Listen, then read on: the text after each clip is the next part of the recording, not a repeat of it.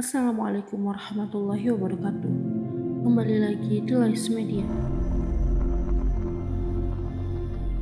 Kali ini kita akan membahas tentang konflik yang dihadapi umat Islam sebelum terjadinya Perang Jamal. Seperti yang sudah kita ketahui dan sudah kita bahas dalam video sebelumnya, setelah Utsman bin Affan kehilangan nyawa, Madinah mengalami kekosongan pemimpin. Ketika itu Al-Ghafiqi yaitu pemimpin pemberontak dari Mesir yang mengendalikan Madinah. Para pengikutnya menguasai penduduk kota. Kota Madinah dan para sahabat tidak bisa berbuat apa-apa. Kekosongan pemimpin ini berlangsung selama 5 hari. Warga Madinah pun merasa membutuhkan seorang pemimpin yang bisa mempersatukan mereka. Pada saat yang sama, para pemberontak menyadari umat Islam pasti akan berbalik melawan dan menangkap mereka jika pemimpin baru belum terpilih, setelah mereka menghilangkan nyawa pemimpin yang lama. Terlebih lagi jika pasukan-pasukan dari daerah tiba di kota Madinah, lalu menguasai keadaan dan mulai melakukan penangkapan atas para pemberontak yang terlibat dalam kehilangan nyawanya Utsman. Dengan demikian, situasi tak menguntungkan akan dialami oleh para pemberontak. Apabila warga Madinah yang sebagian besarnya adalah para sahabat Nabi bergabung dalam kekuatan pasukan dari daerah. Persoalan utama yang dihadapi para pemberontak adalah ketidaksepakatan mereka memilih khalifah baru setelah sebelumnya mereka secara bersama-sama berhasil menggulingkan dan menghilangkan nyawa khalifah sebelumnya. Orang-orang Mesir menginginkan Ali sebagai khalifah. Orang-orang dari Kufah mengharapkan Zubair bin Awam. Sedangkan orang-orang Basrah menghendaki Tolha ibnu Ubaidillah untuk menjadi pemimpin umat Islam. Namun ketiga sahabat yang diminta menjadi pemimpin itu menghindar dan menolak. Ketiganya tak ada yang mau menerima permintaan itu. Para pemberontak pun tak punya pilihan lagi selain menemui Sa'ad ibnu Abi Waqqas. Ia juga termasuk anggota syura, yaitu orang-orang yang pertama kali masuk Islam. Mereka membujuknya untuk menjadi khalifah. Namun yang bersangkutan juga menolak. Ia sudah tak mau dilibatkan lagi dalam urusan kekhilafahan dan tak berambisi untuk menjadi khalifah. Mereka masih tidak menyerah. Mereka lalu menemui Abdullah ibnu Umar dengan harapan ia akan menerima jabatan sebagai khalifah. Tapi ternyata Ibnu Umar lebih tegas menolak. Masalah pun kian rumit, karena para pemberontak dan warga Madinah masih belum menemukan orang nomor 1 yang akan mengatur jalannya pemerintahan. Lantaran yang berperan besar dalam tragedi berdarah itu dan memegang kendali kota Madinah pasca kehilangan nyawa Utsman adalah para pemberontak dari Mesir.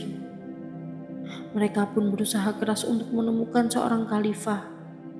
Sebab dengan terpilihnya khalifah baru, mereka berkepentingan untuk mencari selamat dan mencuci tangan dari tindakan anarkis mereka yang memakan korban jiwa dari khalifah Utsman. Mereka berpandangan bahwa yang paling berhak untuk menjadi khalifah adalah Ali. Menurut mereka, selain termasuk anggota syura, Ali juga sepupu sekaligus menantu Rasulullah. Bahkan kedudukan Ali terhadap Rasulullah seperti kedudukan Harun terhadap Musa. Ia juga tokoh senior dalam Islam, panglima perang umat Islam. Ia berilmu dan memiliki pemahaman mendalam tentang agama. Kualitas-kualitas tersebut ditambah lagi dengan ketegasannya dalam membela kebenaran, membuat Ali menjadi calon kuat khalifah baru. Para pemberontak pun lantas menemui Ali dan meminta kesediaannya untuk diangkat sebagai khalifah baru. Namun Ali tetap menolak. Bersamaan dengan itu pula, para pemberontak melihat warga Madinah masih belum sepakat menentukan siapa pemimpin mereka. Situasi ini pun mereka manfaatkan dengan menebar ancaman bahwa mereka akan menghilangkan nyawa seluruh anggota syura dan para sahabat senior dan semua orang yang dihormati di negeri hijrah itu apabila Madinah tak bisa menemukan pemimpin baru. Masyarakat Madinah pun resah. Mereka takut terhadap ancaman itu. Mereka lalu menghadap Ali bin Abi Thalib dan meminta kesediaannya untuk menjadi khalifah. Mereka berkata, "Tidakkah engkau mengerti apa yang sedang dialami kaum muslimin dan krisis yang sedang kita hadapi bersama ini?" Mereka terus mendesak dan betul-betul berharap agar Ali bersedia menerima jabatan khalifah. Ali dihadapkan pada dua pilihan sulit. Pertama, kalau ia tetap bergeming dan menolak pengangkatan dirinya sebagai khalifah, maka Madinah akan dikuasai oleh para pemberontak dan kelompok pembangkang. Bahkan situasi bisa berkembang lebih buruk. Kemungkinan ini terbuka lebar, sebab para pemberontak pasti akan menebar kerusakan dan menindas kaum muslimin. Mereka sudah menghilangkan nyawa Utsman secara semena-mena. Apabila seorang berani melakukan tindak kejahatan terbesar untuk pertama kalinya, maka berikutnya ia akan dengan mudah melakukan kejahatan-kejahatan lainnya.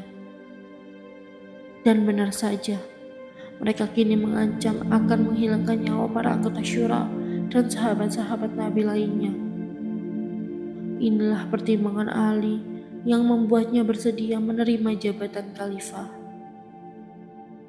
Dan yang kedua, ia bersedia menjadi khalifah dan menerima kenyataan bahwa pilihannya ini akan menyelamatkan umat Islam dari konflik dan perpecahan yang bisa saja terjadi kalau ia menolak diangkat sebagai khalifah.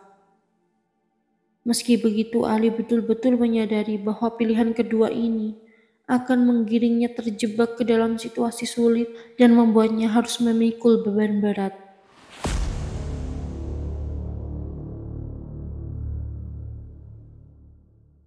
Sebab khalifah baru nanti tak akan bisa menegakkan hukum terhadap para pemberontak, kecuali jika situasi kembali menjadi normal dan pemerintahan stabil, serta wibawa negara pulih kembali. Namun hal ini tak dapat dipahami oleh para pemberontak. Dalam situasi yang masih seperti itu, Ali tak bisa memenuhi tuntutan ini. Sebab para pemberontak masih menguasai kota Madinah. Dalam pandangan Ali, Madinah harus dikosongkan terlebih dahulu dari para pemberontak dengan memulangkan mereka ke negeri mereka masing-masing. Dengan begitu, pemerintah akan mudah menangkap mereka satu persatu dan melakukan proses penyidikan. Karena itulah Ali bersikeras untuk memilih Tolha dan Zubair lantaran sebagian besar pemberontak menghendaki keduanya menjadi khalifah. Ali berpandangan pemulihan keamanan, ketertiban, dan stabilitas pemerintahan adalah prioritas terdepan dan kewajiban syar'i yang harus dilakukan sebelum hal-hal lainnya. Sedangkan penegakan hukum bagi para penghilangan nyawa Utsman bisa ditempuh bila sudah ada kesempatan setelah situasi terkendali. Ali menyangka bahwa orang-orang di sekitarnya berpikiran sama dengannya. Oleh karena itu ia memilih untuk menerima jabatan khalifah setelah ia didesak dan berkali-kali menolak. Setelah menerima jabatan khalifah, Ali pun berkonsentrasi pada pemulihan keamanan dan stabilitas dalam negeri. Hal ini tak bisa terwujud kecuali dengan berupaya mengeluarkan para pemberontak dari kota Madinah. Dan upaya ini pun tidak bisa terlaksana kecuali apabila para pemberontak sudah yakin bahwa kehendak mereka tercapai, yaitu pulihnya sistem pemerintahan. Sebab dalam pandangan mereka, sistem pemerintahan tak bisa pulih kembali kecuali apabila rezim sebelumnya digulingkan. Mereka sudah menghilangkan nyawa Utsman, dan selanjutnya mereka akan menyingkirkan gubernur-gubernur wilayah rezim Utsman. Lagi pula Ali sendiri punya keprihatinan terhadap sebagian besar gubernur rezim Utsman yang menjadi pemicu konflik. Karena itu ia ingin mengganti mereka dengan gubernur-gubernur baru. Sejumlah sahabat terkemuka Nabi menganjurkannya untuk menunda pergantian penjabat sampai situasi kembali normal. Namun Ali menolak saran itu, sebab di satu sisi ia melihat wibawa pemerintah tak akan kembali apabila khalifah tidak memakzulkan gubernurnya yang bermasalah dan mengangkat gubernur baru yang lebih baik. Sedangkan di sisi lain ia berpandangan para pemberontak dan pembangkang akan menilai bahwa situasi belum terkendali apabila tak ada satupun tuntutan-tuntutan mereka yang tercapai. Pemakzulan gubernur ini salah satunya. Jika demikian, mereka akan tetap berada di Madinah, dan khalifah baru tak bisa berbuat apa-apa maupun menegakkan hukum Allah. Karena itulah para gubernur rezim Utsman yang bermasalah harus diganti. Ibnu Katsir menjelaskan bahwa ayat Al-Quran yang berbunyi, "Dan barang siapa dihilangkan nyawanya secara zolim, maka sesungguhnya kami telah memberi kekuasaan kepada ahli warisnya, tetapi janganlah ahli warisnya itu melampaui batas dalam menghilangkan nyawa. Sesungguhnya ia adalah orang yang mendapatkan pertolongan." Quran Surat Al-Isra ayat 33. Ayat ini dimaknai secara umum oleh Ibnu Abbas dalam konteks ini sebagai dalil keabsahan Muawiyah untuk mewarisi kekhalifahan Utsman. Menurut Ibnu Abbas, Muawiyahlah yang seharusnya berkuasa karena ia adalah ahli warisnya Utsman, dan Utsman dihilangkan nyawanya secara zalim. Muawiyah lalu menuntut Ali menyerahkan para penghilang nyawa Utsman kepadanya agar ia bisa mengkisas para pelaku. Sebab ia dan Utsman sama-sama berasal dari Bani Umayyah. Namun Ali menunda pemenuhan tuntutan Muawiyah itu sampai pemerintahannya stabil dan ia bisa melakukan investigasi. Pada saat yang sama, Ali meminta Muawiyah untuk mundur dari jabatan gubernur Syam. Namun Muawiyah tak mau menyerahkan kekuasaannya sampai Ali menyerahkan para penghilang nyawa Utsman itu. Ia bersama penduduk Syam pun menolak berbaiat untuk Ali sebagai khalifah. Setelah sekian lama berlarut-larut, akhirnya Muawiyah naik ke atas tampuk kekhilafahan dan memegang kekuasaan. Inilah penjelasan yang disimpulkan oleh Ibnu Abbas. Usai baiat, fokus pertama kali Ali adalah pemakzulan para gubernur rezim Utsman yang menjadi pemicu fitnah dan pemberontakan terhadap Utsman. Ali akan mengganti mereka.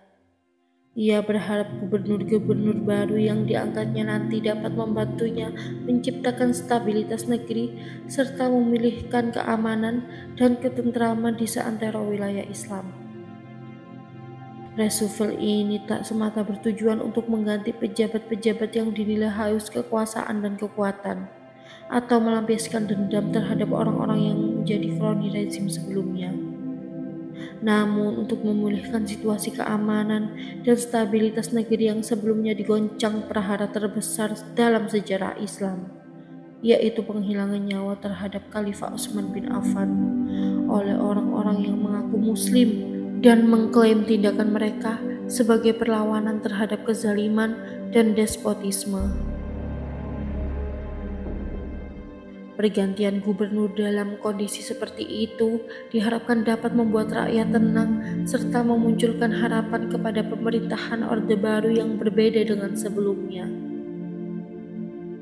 Pada saat yang sama, penggantian ini berfungsi untuk menumbuhkan kembali kepercayaan terhadap pemerintah. Oleh karena itu, langkah ini harus ditempuh agar pemerintahan kembali stabil, keamanan tercipta, dan masyarakat tenang. Itulah tujuan Ali yang sebenarnya. Oleh sebab itu, Ali segera mengirim gubernur-gubernur baru untuk menggantikan pejabat-pejabat rezim Utsman yang harus diganti. Ali mengutus Utsman ibnu Hanif ke Basrah untuk menggantikan Abdullah ibnu Amir. Imarah ibnu Syi'bah ke Kufah menggantikan Abu Musa al-Asy'ari. Lalu Ubaidillah ibnu Abbas ke Yaman menggantikan Ya'la ibnu Maniyah. Qais ibnu Sa'ad ibnu Ubadah ke Mesir menggantikan Abdullah ibnu Sa'ad. Dan Sahal ibnu Hanif ke Syam menggantikan Muawiyah ibnu Abi Sufyan. Ali bin Abi Thalib menginstruksikan agar mereka segera melaksanakan tugas di wilayah masing-masing. Ketika Utsman ibnu Hanif tiba di Basra, ia tidak mendapatkan perlawanan dari siapapun, termasuk Abdullah ibnu Amir. Abdullah ibnu Amir melepaskan jabatannya secara baik-baik, lalu pergi ke Mekah. Sedangkan Imarah ketika mendekati Kufah dihadang oleh Tuhalaiha ibnu Khuwailid yang kemudian berkata kepadanya, "Pulanglah, masyarakat di sini tidak ada yang ingin mengganti pemimpinnya." Sedangkan Ubaidillah ibnu Abbas ketika hampir sampai ke Yaman, Ya'la ibnu Maniyah meninggalkan wilayah itu menuju Mekah dengan membawa harta yang banyak. Sedangkan Qais ibnu Sa'ad ketika sampai di Mesir, masyarakat di sana terpecah belah. Ada yang patuh, ada yang tidak, dan ada yang berkata, "Kami di pihak Ali dengan syarat salah satu dari kami menjadi penjabat." Sedangkan Sahal ibnu Hanif ketika sampai di Tabuk, ia dihadang oleh sekelompok penunggang kuda dari Syam. Mereka mengusirnya. Muawiyah beserta orang-orang yang menolak berbaiat untuk Ali, sebab Muawiyah merasa dirinya yang paling berhak untuk menjatuhkan qisas terhadap para penghilang nyawa Utsman, karena ia adalah ahli waris Utsman. Ia juga berpegang pada firman Allah dalam surat Al-Isra ayat 33, "Dan barang siapa yang dihilangkan nyawanya secara zalim, maka sesungguhnya kami telah memberi kekuasaan kepada ahli warisnya. Tetapi janganlah ahli waris itu melampaui batas dalam menghilangkan nyawa. Sesungguhnya ia adalah orang yang mendapatkan pertolongan." Muawiyah tidak melihat penolakannya untuk berbaiat itu sebagai pemberontakan terhadap pemimpin. Ia hanya berpandangan bahwa pembaiatan Ali masih belum sah karena tidak melalui kesepakatan seluruh elemen pemegang otoritas. Sebab banyak sahabat terkemuka yang tidak mau berbaiat untuk Ali. Dengan demikian, tak ada lagi gubernur rezim Utsman yang masih bertahan kecuali Muawiyah bin Abi Sufyan, orang nomor satu di Syam sejak masa Umar bin Khattab. Ali memiliki firasat bahwa konflik akan melanda umat Islam dari Syam. Wilayah-wilayah lain sudah tunduk dan patuh kepadanya, meski tidak semua penduduknya berbaiat untuk Ali, namun mereka tidak seperti penduduk Syam yang melakukan perlawanan. Oleh sebab itu, Ali segera mengirim surat kepada Muawiyah yang di bawah Sabrah al-Juhani. Sesampainya di hadapan Muawiyah, Sabrah menyampaikan surat Amirul Mukminin Ali bin Abi Thalib. Muawiyah menerima surat itu, namun sengaja tidak segera membalasnya. Ia terus mengulur-ngulur waktu hingga akhirnya Sabrah yang menanti surat jawaban itu pun kembali ke Madinah. Tak lama berselang, Muawiyah mengirim surat balasan kepada Ali.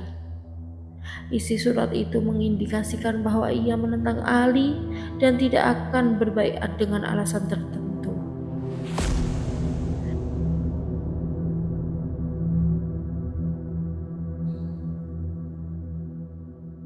Ketika melihat bahwa umat Islam sudah terpecah belah dan berbeda sikap terhadapnya, khususnya penduduk Syam, Ali bin Abi Thalib pun meninggalkan Madinah menuju Kufah. Ia menjadikan Kufah sebagai ibu kota kekhilafahannya. Ia kemudian memobilisasi pasukannya untuk menghadapi Muawiyah dan pendukungnya di Syam. Namun ia mengurungkan rencananya itu karena ia harus menghadapi Aisyah yang ingin menuntut keadilan atas kehilangan nyawanya Utsman. Dari sinilah konflik internal umat Islam pecah, yang memakan korban dari kedua belah pihak, yang bertikai pun pecah. Akibatnya, gerakan penaklukan wilayah pun terhenti, sebagaimana firman Allah. Dan janganlah kamu berbantah-bantahan dan menyebabkan kamu menjadi gentar dan kehilangan kekuatanmu. Dan bersabarlah, sesungguhnya Allah berserta orang-orang yang sabar. Quran Surat Al-Anfal ayat 46.